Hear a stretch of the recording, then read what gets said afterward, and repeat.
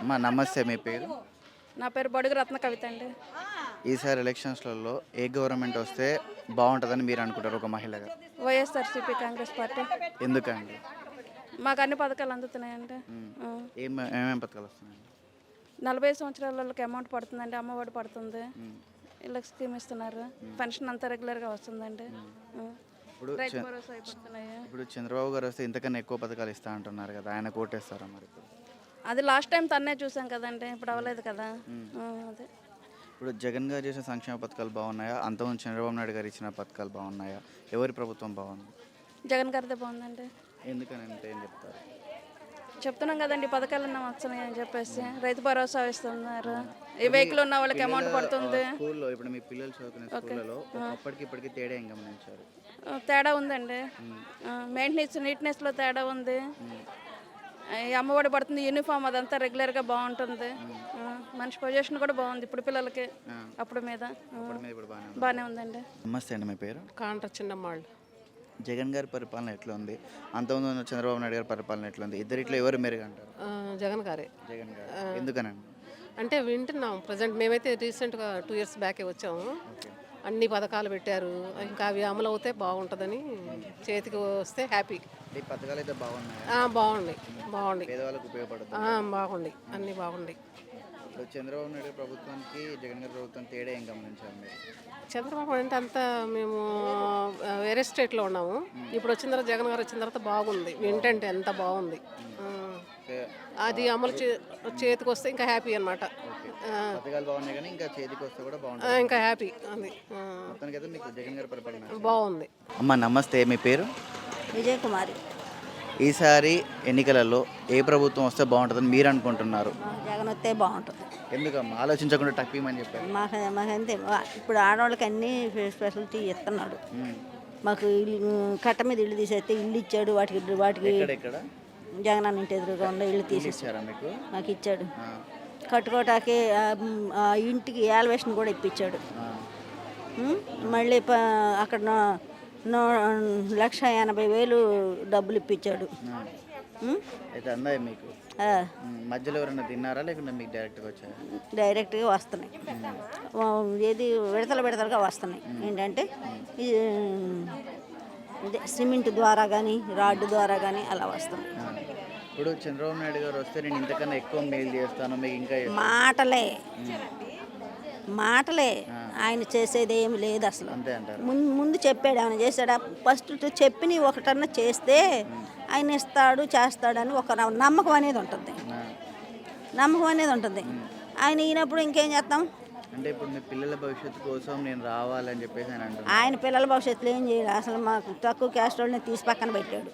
ఎవరు? చంద్రబాబు గారు. అట్లాంటి మళ్ళీ మనమే నమ్ముతాం? ఒకసారి తీసి పక్కన పెట్టిన తర్వాత మళ్ళీ రెండోసారి నమ్ముతామా? నమ్మగలుగుతామా? చేస్తాను ఇంకా చేస్తాను. ఆయన ఒకళ్ళకి వేసాడు డబ్బులు, నేను ముగ్గురికి వేస్తానంటే ఎంతమంది అంటే అంతమందికి వేస్తానంటే ఇప్పుడు ఆయన ఒకళ్ళకి వేసిందే అప్పులు చేసేసాడు, దేశాన్ని నమ్మేశాడు అంటున్నాడు. ఈయన ముగ్గురికి వేసి ఇంకెవరు నమ్ముతాడు చెప్పు? ఇప్పుడు ఆయన దేశాన్ని నమ్మేశాడు ఒక్కొక్కటికి వేసి, మరి వీళ్ళు ముగ్గురికి ఎక్కడి నుంచి తీసుకొచ్చేస్తాడు? అదే అంటే అప్పుడు టీడీపీ పార్టీ జనాల్ని సోమరిపోతులు చేస్తుంది, పథకాలు ఇచ్చానండి జగన్ పార్టీ. టీడీపీ వాళ్ళు అన్నారు. మరి ఆయన మరి ముగ్గురికి ఇచ్చి పథకాలు ఇచ్చి ఆయన ఎంతమంది సోమరిపోతులు చేస్తాడు? మరి ఆయన అదే ఇస్తానంటున్నాడుగా, మరి ఆయన దాంట్లో సోమరిపోతులు ఎవరా? అంటే నిజంగా ఇప్పుడు పేదవాళ్ళకి ఉపయోగపడుతుందా లేకుంటే పేదవాళ్ళు సోమరిపోతులు? పేదవాళ్ళకి ఉపయోగపడుతుందండి. తీసుకుంటున్నారు, తిడుతున్నారు. ఏం చేస్తా? అదే నేను చెప్పేది ఏం లేదు కానీ దేవుడు ఎలా పెడితే అలా ఎవరిని పెడితే ఆయన నిర్ణయం ఎవరి మీద ఉంటుందో వాళ్ళే గెలుస్తారు. నేను చెబుతున్నాను కదా, మనం ఇంకొకళ్ళు చెప్పింది నేను చెప్పింది వాళ్ళు చెప్పింది ఇంకోళ్ళు చెప్పింది కాదు. దేవుని నిర్ణయంలో ఎవరైతే ఉంటారో ప్రజా పరిపాలనలో ఇప్పుడు ఎవరైతే పేదవాళ్ళు ఉంటారో వాళ్ళకి నచ్చిన వాళ్ళకి గెలుస్తారు కదా ప్రస్తుతానికి అయితే. ఇప్పుడు మీ మనసులో ఎవరు ఉన్నారు అట్లా? మా మనసులో జగనే ఉన్నాడయ్యా. ఇంత మీరు జగన్ గారిని ఇష్టపడడానికి కారణం ఏంటి? ఆయన చంద్రబాబు నాయుడు గారు ఎన్నో సంవత్సరాల నుంచి రాజకీయాల్లో ఉన్నారు, నేను వస్తే ఇంకా జగన్ కన్నా ఎక్కువ చేస్తాను, జగన్ ఏం చేయలేదు ప్రజలకు అంటున్నారు. మీరు ఏది నమ్ముతారు?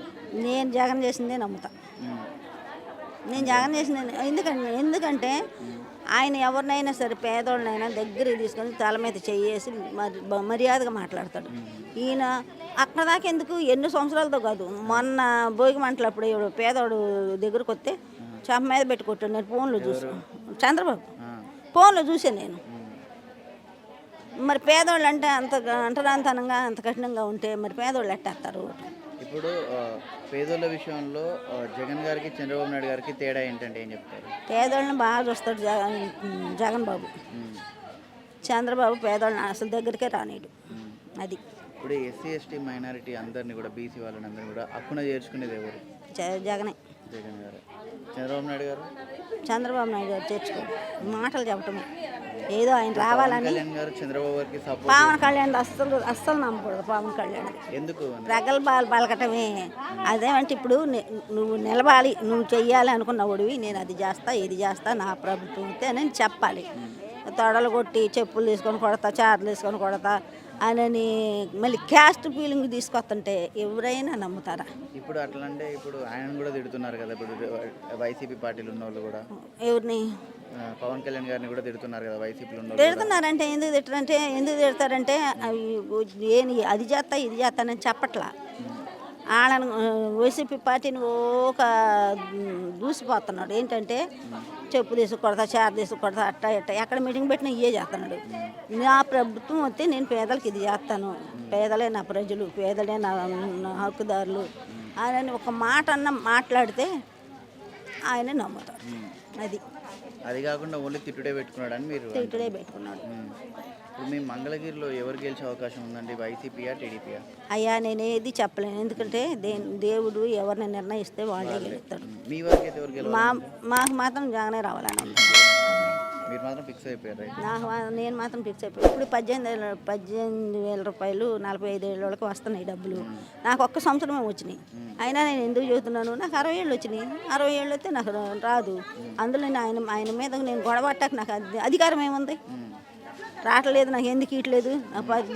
నాకు ఆధార్ కార్డులు ఎక్కువే పడ్డాయి సంవత్సరాలు, అయినా అక్కడ ఎప్పుడో పడినాయి అయ్యి. ఇప్పుడు వాళ్ళ మీద గొడవ పడితే నాకు ఏమైనా ప్రయోజనం వచ్చిద్దా? అంటే మీకు రాకున్నా మిగిలిన వరకు వచ్చిన సంతోషమే. నాకు రాపోయినా మిగిలిన వాళ్ళకి వచ్చిన సంతోషమే. సో అందుకే మీకు జగన్ గారు నచ్చింది అయితే? అంతే.